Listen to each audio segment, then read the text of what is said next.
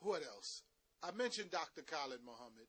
Dr. Khalid Muhammad, and I do have these tapes, but in the interest of time, I'm not going to pull them out. But Sister Phyllis Yvonne Stickney. Phyllis Yvonne Stickney, as you know, is an actress, a comedian. She worked and she's done so much work. I mean, you can find her work anywhere, from the movie Malcolm X she played in. She's played in just many films. You can find her in Jungle Fever. You can find her in just various roles. But Sister Phyllis Yvonne Stickney, I invited on my show. I was with her several months back, and I invited her on my show to work on a tribute for Dr. Khalid Muhammad. She said, "Oh, no, I can't do that. I don't want to do that." This is what she told me. I felt, because Dr. Khalid Muhammad, and as I said, I just don't feel like pulling the tape out, but he proposed to Sister Phyllis Yvonne Stickney. He asked her to marry him via the radio. And they were special. She was a special relationship. She could give you more insight on Farrah Gray, or Dr. Farrah Gray, I should say, Farrakhan Khalid, because I was in their company a few times while Brother Khalid was speaking. And as you know, I was on the Donahue show with him in April of '94. You know, we were in Baltimore together. She was with us at when O'Shea X, we were told, Ice Cube, and them performed at the 369th Armory. It was just footage and footage and footage that, trust me, brothers and sisters, I do have. But she could have given us more insight into Dr. Khalid Abdul Muhammad. What else, brothers and sisters? I'm moving on, but I want to clear up some things before I do move on, because I'll never have an opportunity, or you probably will never hear me speak on some of these things again. Abdul Akbar Muhammad, Larry Forex Prescott, I am pretty harsh on him. But brothers and sisters, I want you to know, and I'm being with all sincerity, I grew up, Brother Akbar, how should I say this? I admired Brother Akbar for his quick wit, his sharp deliverance when he would speak as a minister for the Honorable Elijah Muhammad. I used to enjoy hearing Brother Akbar. I never felt that when Minister Farrakhan was out of town and Brother Larry or Akbar had to carry the day, that we would be in shortchanged. I thought that he gave a different perspective from a historical point of view, and I actually enjoyed listening to Brother Akbar.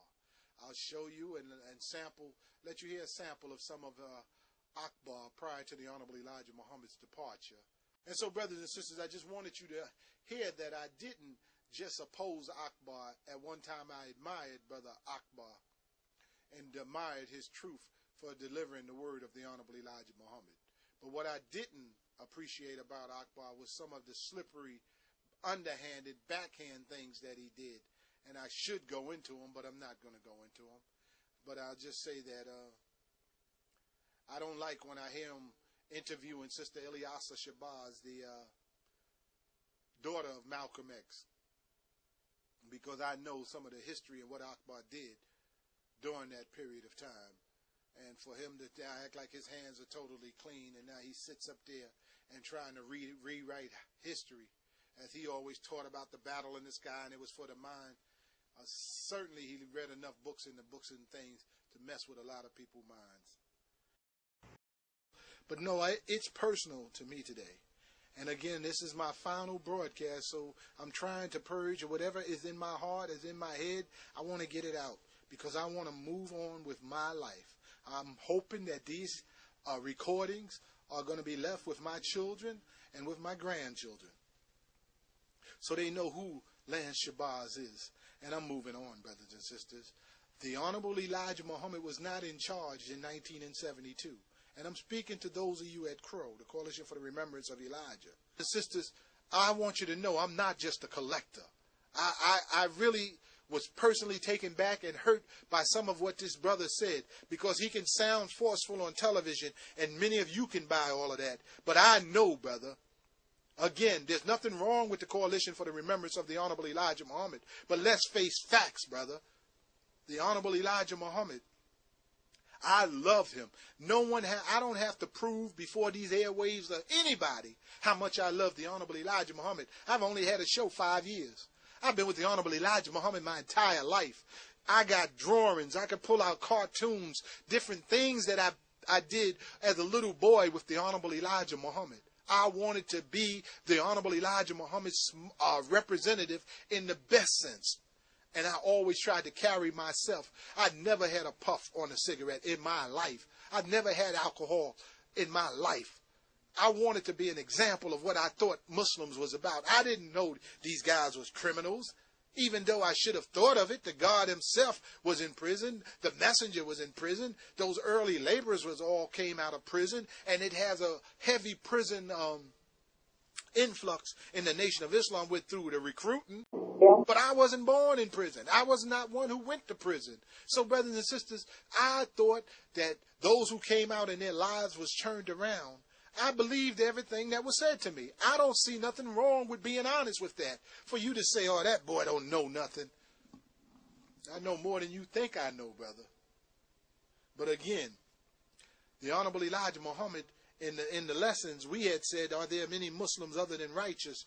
And he said, I beg your pardon, I've never heard of one. So we gave our brother the benefit of the doubt. Norman 3X Butler, I showed on the documentary Malcolm X versus the Nation of Islam, someone who resembled the image of brother Norman 3X Butler outside the ballroom, trying to look in to see that the job was done.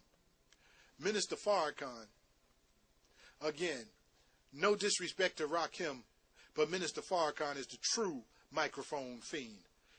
And I say that not out of disrespect, but as a matter of fact. Minister Farrakhan was asked by CBS's Mike Wallace. It said, and you have to be careful with Minister Farrakhan because so many times we are caught by his charismatic personality, his charming personality. But I've always been one who would rather be with someone who is pragmatic than someone who was charismatic. And Minister Farrakhan was charismatic, but he wasn't pragmatic. Well, I say that to say Mike Wallace, again, I got to try to stay on course. Mike Wallace had asked him directly, all of the killers came from the Newark Mosque. Minister Farrakhan's answer was, people from the Newark Mosque are the men who did it, yes? Now, you asked me, yes. Most of them, from what I understand, were from the Newark Mosque. And the night at... Most of them. There were more than just those who was there that day. There was more than one assassination team there, brother. You can accept it or you can let it alone. On my documentary, I asked I asked Secretary John Ali, did he come into New York? Did he meet with Talmadge Hare or Norman 3X Butler? He said no. But Talmadge 15X Johnson, who I had scheduled for my program probably a month or a few weeks before he passed away, while he was incarcerated, took a lie detector test. Obtained from at least 2 of the charts that were conducted reveal a score twice as high as what we need to call this man truthful. How does it make you feel? Makes me feel wonderful. Matter of fact, it's what I expected.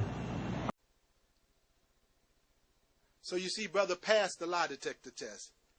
He said again on another program, Tony Brown's Journal, that he met with John Ali. And they were talking about taking Malcolm X's out. Came to New York, and this was before the assassination of Malcolm X, and he claimed that he was sent to New York, and he spoke to me and about 5 other lieutenants. And he tried to give us enough background music to convince us that this man had to go down. That's why I said I know of one. And I found this out 12 years later, that and then when I was on trial, the DA kept asking me about the visit to New York, which I denied. I thought that I was shielding a righteous brother. You know, I was very deceived when my beginning years in the Nation of Islam. I say all of this again, brothers and sisters. I'm not throwing stones nowhere, but I'm putting things out there for you to study. There's so many people writing books. You spend $30, $35 on Manny Marable's book.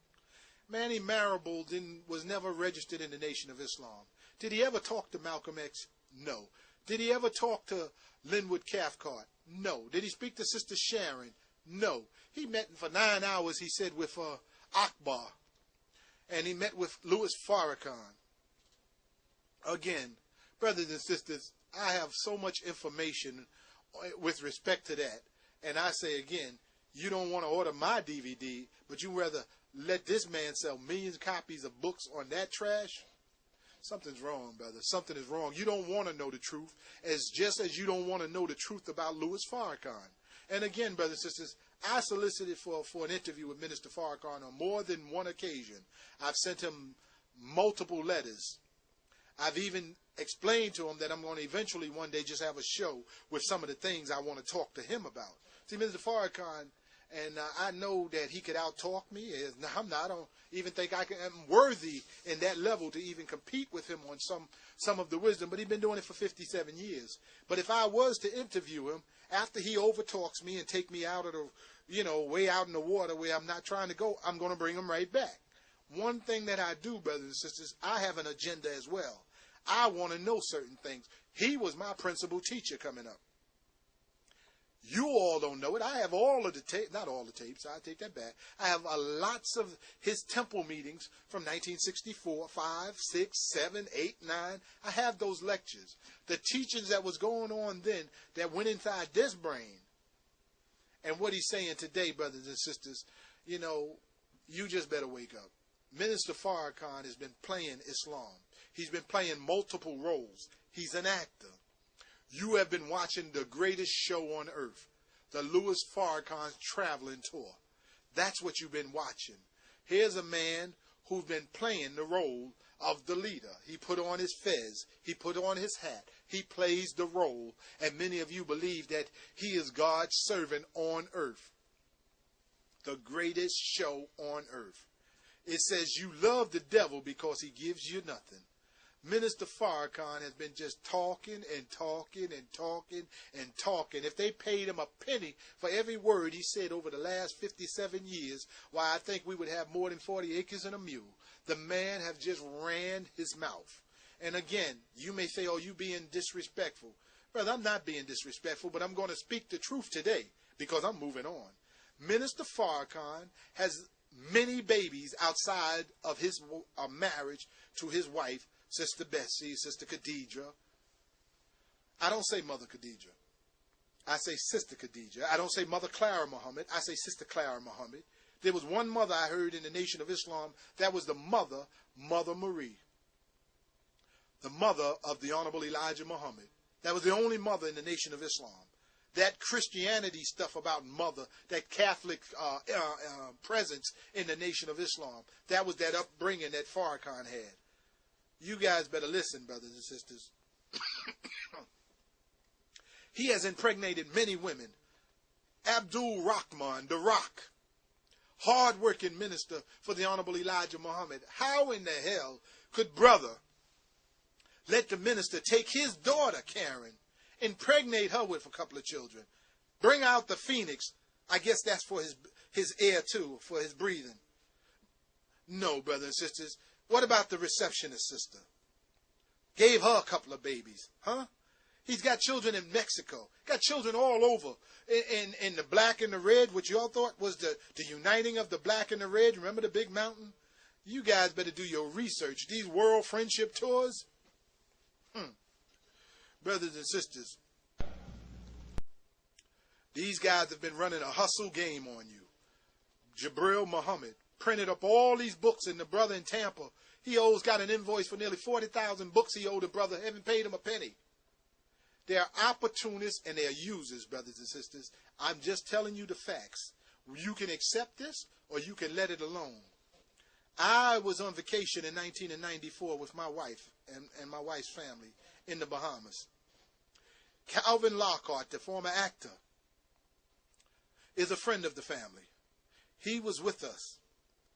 We were on vacation, and I brought up the subject of Islam, the Nation of Islam. I knew he was in Kingston, Jamaica, with Minister Farrakhan and Captain Shaw and those brothers, Muhammad Ali, at the National Stadium in 1974. But he went on to tell me that Minister Farrakhan, that they